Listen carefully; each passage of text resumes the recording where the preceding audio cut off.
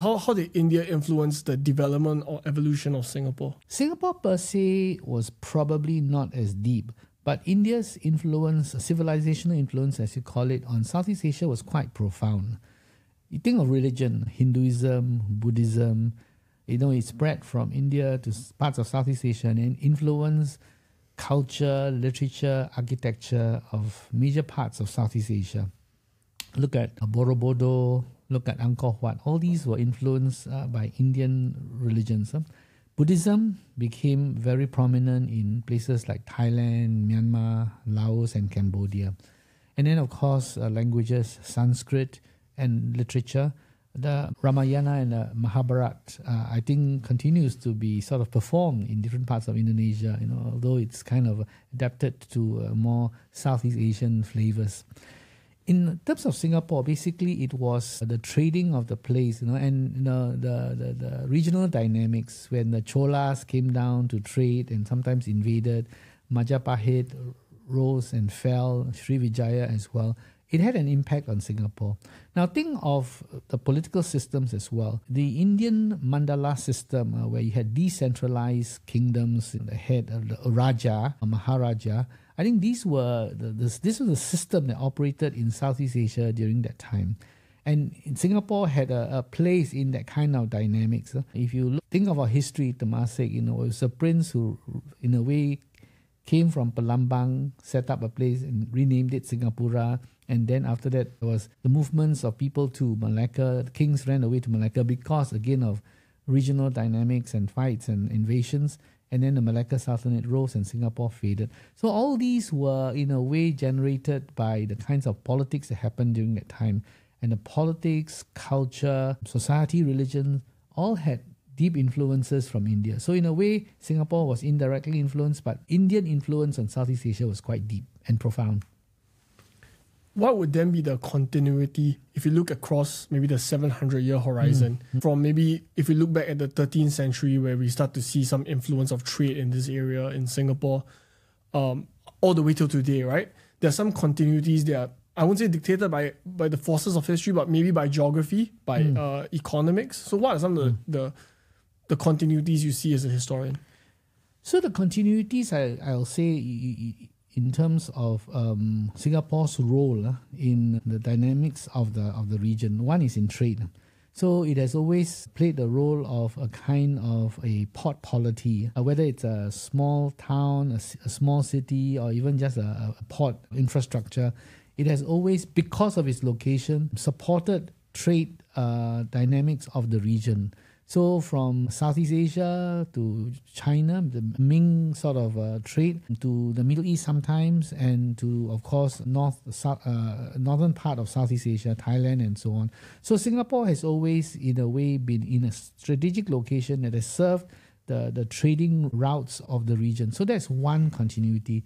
I think the second continuity is that, because it is able to adapt to different political configurations, whether it's empire, Srivijaya, then later Majapahit, or whether it is part of the Malacca or Johor Sultanate, it's always been able to adapt to shifting circumstances, making itself relevant. And when it's no longer relevant, Singapore fades into obscurity. But when it's relevant, it becomes important. So one example is when it served as the Shah Bandar of Johor Sultanate, it was able to become useful to not only Johor's trade with the region and with China, but the European trade that was already developing at the time, the Portuguese, the Spanish, and then later Dutch East Indies. So this was where Singapore had that role to play because of its location and because of its ability to serve different kind of trading configurations. So this was the continuity. So from the 14th century, you see that at different times, it has always played that role. And today, even as a global city-state, you can say that the essence remains as a port city. We've seen, I think as you pointed out, across time, port cities may gain relevance and then lose its relevance, right? So what are the characteristics of a port city that makes it useful? Yeah. So connectivity is one thing. If you are not in a good location and you are in some out-of-the-way kind of location, you will not succeed. So I think that's the first thing. The location is important. So where we are located, Straits of Malacca, for centuries, it has always remained an important trade route, and even now, the shipping that flows through the Straits of Malacca is one of the busiest in the world, and Singapore, in a way, is fortunate to be located where it is. Second is basically you are in a world where a lot of trading happens, and you can plug yourself into those kinds, as a node, into those kinds of trading routes. So, Singapore was so-called founded by Raffles because he was looking for a foothold to connect India and China by trade. And where it was located, it was almost perfect. You sail down and then the Straits of Malacca, then on to China and vice versa. And monsoon winds at that time, blew in the right directions at different times of the year, facilitating trade. So the connectivity, I would say, would be key. But at the same time, I think you have to stay relevant because there could be different port cities because you don't have monopoly of location. There could be other ports that come up and then they challenge you. So innovation and being able to ride, I guess, the challenges of the time is important. So when steamship came into play, Singapore became a coaling station. So that in a way facilitated the sailing of steamships and all that.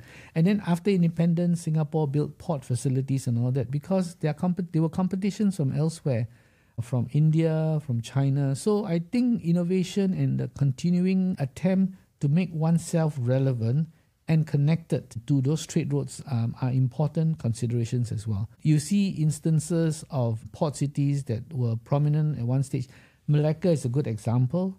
Penang being less prominent today. And that's because of combination of factors, political as well as geographical and technology and innovation. Singapore did also lose its relevance in the past. I think when you talk about the Shah Bandar, and maybe later you can elaborate as to what its specific function was and what a Shah Bandar is for listeners who might not know. But Singapore did lose its relevance.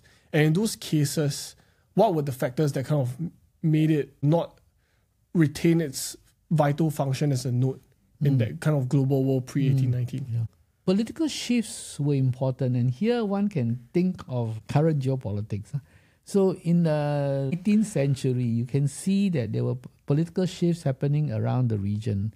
So trade in one area between Johor, Aceh and the Riau, and then you have the Bugis and the Minangkabaus, and then you have the European trades. They all were trying to sort of carve up different parts of Southeast Asia for themselves. So if you happen to be in an area that is thriving and growing, then I guess you get carried by the momentum.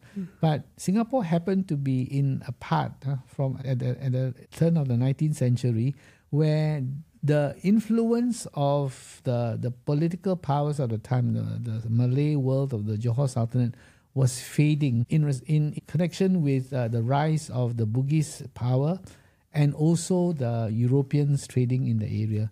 So when you are caught in that kind of scenario, then you fade.